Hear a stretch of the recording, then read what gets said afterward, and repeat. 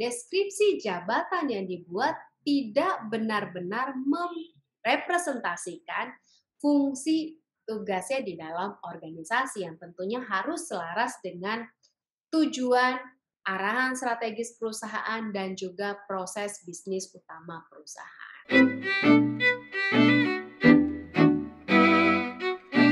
Saat kita berbicara pengelolaan organisasi dan SDM, banyak ditemukan di lapangan bahwa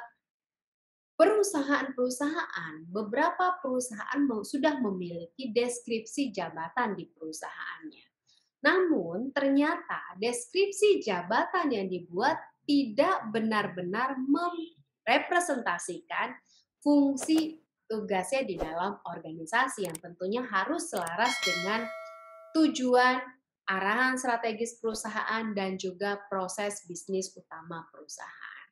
Sehingga kemudian hasilnya deskripsi jabatan yang ada itu tidak benar-benar memberikan kontribusi secara optimal bagi para pemegang jabatan di dalam organisasi untuk menjalankan fungsi pekerjaannya di dalam mendukung tujuan dan aktivitas bisnis perusahaan. Konsekuensi kesalahan membuat deskripsi jabatan yang tidak tepat, salah satunya adalah yang pertama, kita kemudian atau si pemegang jabatan akhirnya melebih-lebihkan atau meremehkan pekerjaan yang menjadi tanggung jawabnya di dalam organisasi. Sehingga ini kemudian mempengaruhi atau memberikan dampak terhadap produktivitas organisasi. Atau bahkan mungkin malah yang terjadi adalah adanya tumpang tindih pekerjaan antara satu pemegang jabatan dengan pemegang jabatan yang lain. Sehingga akhirnya yang pertama, proses kegiatan operasionalnya menjadi tidak efektif, menjadi sangat tidak efisien dan mempengaruhi pertumbuhan bisnis perusahaan. Lalu yang kedua, konsekuensi yang kedua adalah salah merekrut dan gagal meretensi karyawan-karyawan yang terbaik.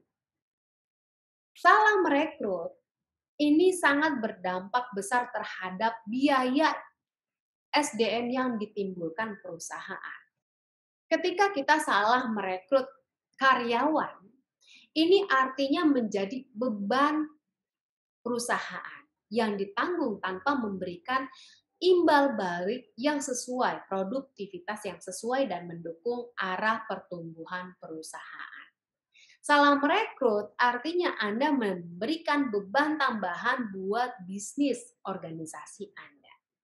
Alih-alih memberikan return atau imbal hasil yang sesuai, ini malah menjadi tanggungan atau biaya tetap yang tidak memberikan hasil apapun bagi organisasi Anda.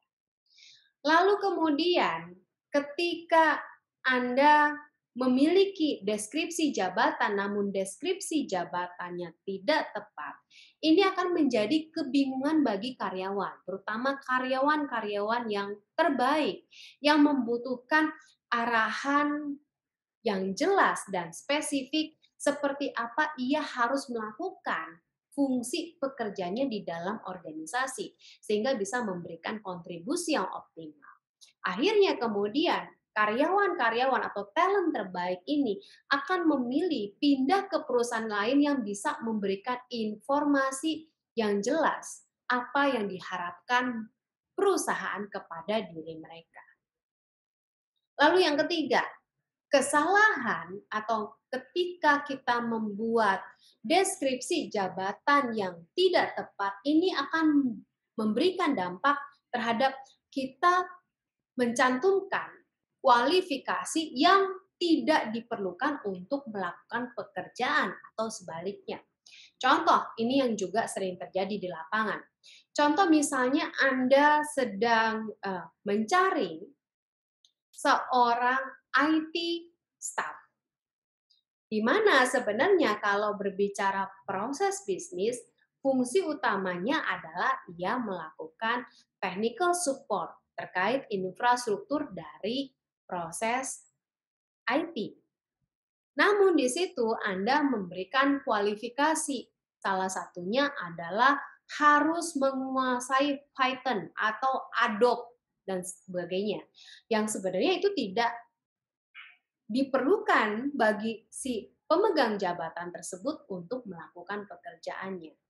Dan itu memang tidak diperlukan. Lalu kemudian yang keempat adalah ketika kita menyusun deskripsi jabatan yang tidak tepat, maka ini akan berkaitan dengan masalah kinerja yang ternyata kemudian harapan terhadap pemegang jabatan untuk memberikan kinerja terbaik tidak tercapai.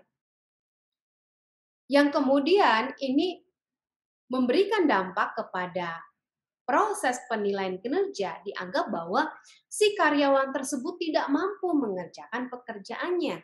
Padahal karena memang peran dan tanggung jawabnya yang kurang jelas. Dan ini juga berpengaruh kepada bagaimana kita kemudian menentukan prioritas dalam melaksanakan pekerjaan. Pekerjaan yang sangat detail, yang sangat rutin. Kenapa? Karena kita salah. Si pemegang jabatan tersebut salah persepsi tentang pekerjaan yang seharusnya dia lakukan pertama kali atau yang paling kritikal.